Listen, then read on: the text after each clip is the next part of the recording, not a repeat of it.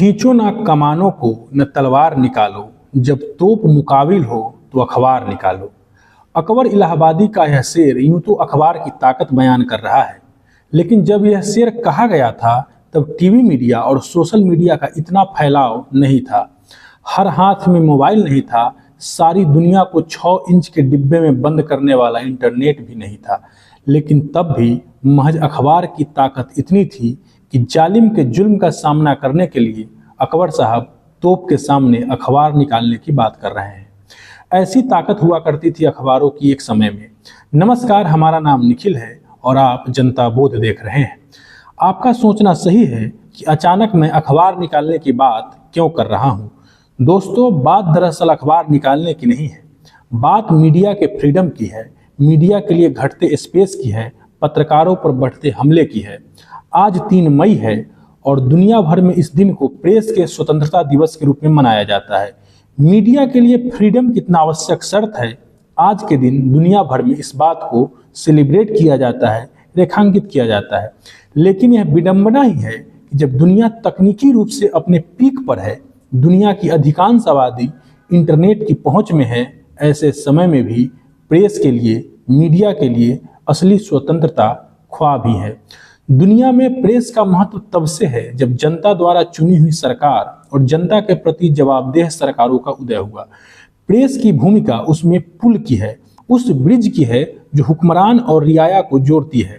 लेकिन शासन तो फिर शासन है, राजा तो फिर राजा है, जो हमेशा इस पुल को तोड़ने की कोशिश करता है और ज़्यादातर वह कामयाब भी हो जाता है। कमाल तो यह है कि उनके तरीके भी ज़्यादा खतरनाक होते हैं, कभी गोली मारकर, कभी संस्थान को बंद कर, कभी कानून का डर दिखाकर। दुनिया भर में पत्रकारों और पत्रकारिता के लिए यह सबसे मुश्किल समय है। रिपोर्ट्स भी कुछ ऐसा ही दावा कर रहे हैं। पेरिस स्थित international NGO reporters without borders 2 मई को हर साल एक रिपोर्ट जारी करती है। उस रिपोर्ट में दुनिया भर के देशों में प्रेस की स्थिति और उसकी स्वतंत्रता की पड़ताल की जाती है। रिपोर्टर्स विदाउट बॉर्डर्स ने वर्ल्ड प्रेस फ्रीडम इंडेक्स 2025 का भी रिपोर्ट जारी किया है। रिपोर्ट में शामिल 180 देशों में से भारत को 151 नंबर पर रखा गया है। दुनिया के सबसे बड़े लोकतंत्र के लिए यह रैंकिंग बहुत खराब है। हालांकि पिछले साल की तुलना में भारत की स्थिति में सुधार हुआ है।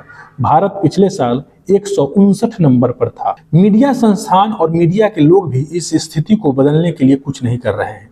दरअसल हमारे देश का मीडिया बढ़ चुका है, उसने अपने सुविधा के अनुसार खांचे चुन लिए हैं।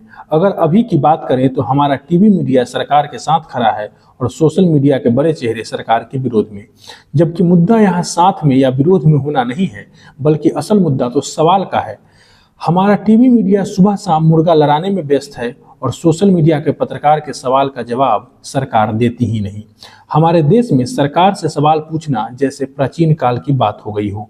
इसका सबसे बड़ा उदाहरण प्रधानमंत्री का आज तक एक भी प्रेस कॉन्फ्रेंस न करना है। सरकार की आलोचना करना, देश की आलोचना करना कैसे हो गया, बहुत से समाज विज्ञानी इस पर शोध कर रहे हैं। मुश्किल है कि उनके हाथ कुछ लगे। शायद ऐसे ही समय के लिए दुष्यंत ने वह पंक्ति कही थी कि मत कहो आकाश में कोहरा घना है, यह किसी की व्यक्तिगत आलोचना है। लेकिन कलम की आज़ादी सोच की आज़ादी का पहला कदम है। कलम की आज़ादी सोच की आज़ादी का पहला कदम है। यही वह ताकत है जो सत्ता से सवाल पूछती है और आम नागरिकों को सच का आईना दिखाती है। लेकिन यह आईना कभी कभी टूटे कांच के शक्ल में उन लोगों के सीने में धंस जाता है जो सवाल पूछने की हिम्मत करता है, सच लिखने और बोलने की हिम्मत करता है। ऐसे ही कुछ पत्रकारों की बात हम आपको बताएंगे जिनके हिस्से मौत आई सच का आईना दिखाते हुए। पहला नाम है मुकेश चंद्राकर का। मुकेश को सिर्फ इसलिए मार दिया गया क्योंकि उन्होंने सड़क निर्माण में हुए घोटाले को लेकर सवाल पूछा, सच का आईना दिखाया। यह अभी हाल की घटना है जो पिछले दिनों सुर्खियों में थी। मुकेश की मौत कई दिनों तक सुर्खियों में रही, लेकिन फिर हम भूल गए। आम नागरिकों को सच का आईना दिखाते हुए मुकेश अपनी जान से हाथ धो बैठा और आम नागरिक रोज शाम को टीवी पर मुर्गे की लड़ाई देखने में व्यस्त हो गया। दूसरा नाम है गौरी लंकेश का। गौरी लंकेश को सिर्फ इसलिए मारा गया क्योंकि वह धार्मिक कट्टरता के खिलाफ लिखती थी, हिंदू मुस्लिम एकता पर लिखती थी। अब ऐसी बातें कोई आज के समय में लिखे उसे तो मरना ही पड़ता है। जब कट्टरता हमारे समय की सबसे बड़ी पहचान हो और सांप्रदायिकता सबसे बड़ा हथियार। धार्मिक कट्टरता और सांप्रदायिकता के खिलाफ लिखने की कीमत गौरी लंकेश को जान देकर चुकानी पड़ी। 1962 को जन्मे निर्भीक लेखन के लिए मशहूर गौरी लंकेश जातिवाद, धार्मिक कट्टरता के खिलाफ और महिला अधिकारों के लिए मुखर होकर लिखती थी। वह लंकेश पत्रिका नामक एक मैगजीन का संपादन भी करती थी।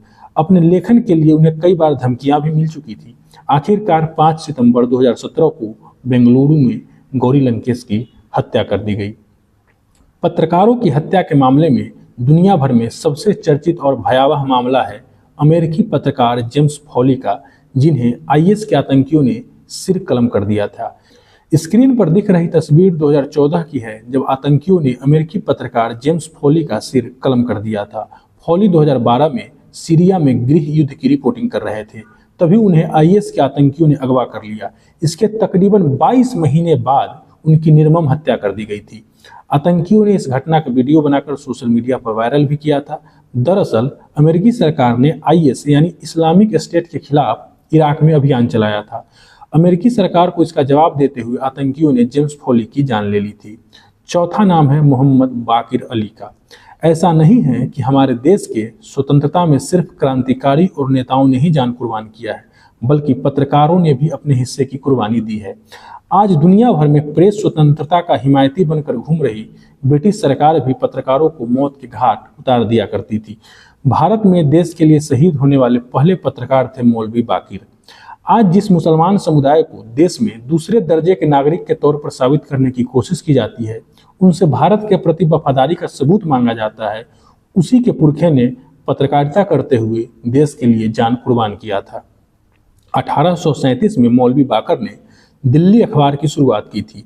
बाकिर इसमें ब्रिटिश सरकार की नीतियों की आलोचना करते थे। साथ ही वो अपने लेख में ब्रिटिश शासन के खिलाफ हिंदू मुसलमान को एकजुट करने का आह्वान करते थे। बाकिर अपने लेख में लिखते थे कि अगर हिंदू मुसलमान साथ आ जाएं तो स्वतंत्रता मुमकिन है। उनके अखबारों में क्रांतिकारियों के पत्रों और संदेशों को भी प्रकाशित किया जाता था। ब्रिटिश हुकूमत के खिलाफ लोगों को एक करने की मौलवी बाकिर का काम अंग्रेजों को रास नहीं आया और उन्हें 14 सितंबर 1857 को गिरफ्तार कर लिया गया और बिना कोई मुकदमा चलाए 16 सितंबर को उन्हें फांसी दे दी गई। बाकिर देश के लिए शहीद होने वाले पहले पत्रकार थे।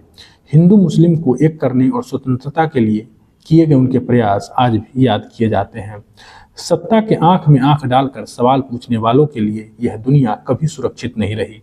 सत्ता और सत्ता के सरदारों सहित कट्टरपंथियों से सवाल पूछने वाले पत्रकार मरते रहे हैं और हम उन्हें भूलते रहे हैं। ऐसे कई नाम हैं: गणेश शंकर विद्यार्थी, ज्योतिर्मय डे, रामचंद्र छत्रपति, लस्सा कौल, राजदेव रंजन। ऐसे कई नाम हैं जो पत्रकारिता धर्म निभाते हुए गुजर गए। अगर आंकड़ों की बात करें तो पिछले 2 दशक में 2000 से ऊपर पत्रकार मारे गए दुनिया भर में। 2024 में दुनिया भर में 67 पत्रकार मारे गए। जनवरी 2025 से लेकर अब तक दुनिया भर में 15 पत्रकार मारे जा चुके हैं। 747 पत्रकार बंधक, गायब या सरकारों के हिरासत में हैं। यह सारे आंकड़े प्रेस फ्रीडम के लिए काम करने वाली संस्था रिपोर्टर्स विदाउट बॉर्डर्स से लिए गए हैं। दुनिया में एक तरफ सुविधाएं बढ़ रही हैं, तरक्की हो रही है, तकनीकी विकास हो रहा है, दूसरी तरफ स्वतंत्रता मुश्किल होता जा रहा है, सवाल पूछना और ज़्यादा मुश्किल होता जा रहा है। सारी सुविधाओं, तकनीक और विकास का उपयोग सत्ताधारी वर्ग अपने एजेंडे के लिए कर रहा है। इस बात को आम जनता, हम और आप जितना जल्दी समझेंगे उतना अच्छा होगा। अखबार में बहुत ताकत है, सवाल में बहुत ताकत है, प्रेस में बहुत ताकत है, सवाल पूछने वालों में बहुत ताकत है। इसलिए सरकारें इनसे डरती हैं और चाहती हैं कि यह हमारे तरीके से काम करे। आपको ज़रूरत है बस अखबार और सवाल पूछने वालों के पीछे खड़े होने की, क्योंकि असल ताकत आप ही हैं। वीडियो का अंत भी अकबर इलाहाबादी के उसी शेर से जिससे वीडियो की शुरुआत हुई थी: खींचो न कमानों को न तलवार निकालो, खींचो न कमानों को न तलवार निकालो, जब तोप मुकाबिल हो तो अखबार निकालो। धन्यवाद, आभार। मैं निखिल कुमार। आप जनता बोध देख रहे हैं। वीडियो पसंद आए तो लाइक और शेयर करें। हमारे चैनल जनता बोध को जरूर सब्सक्राइब करें।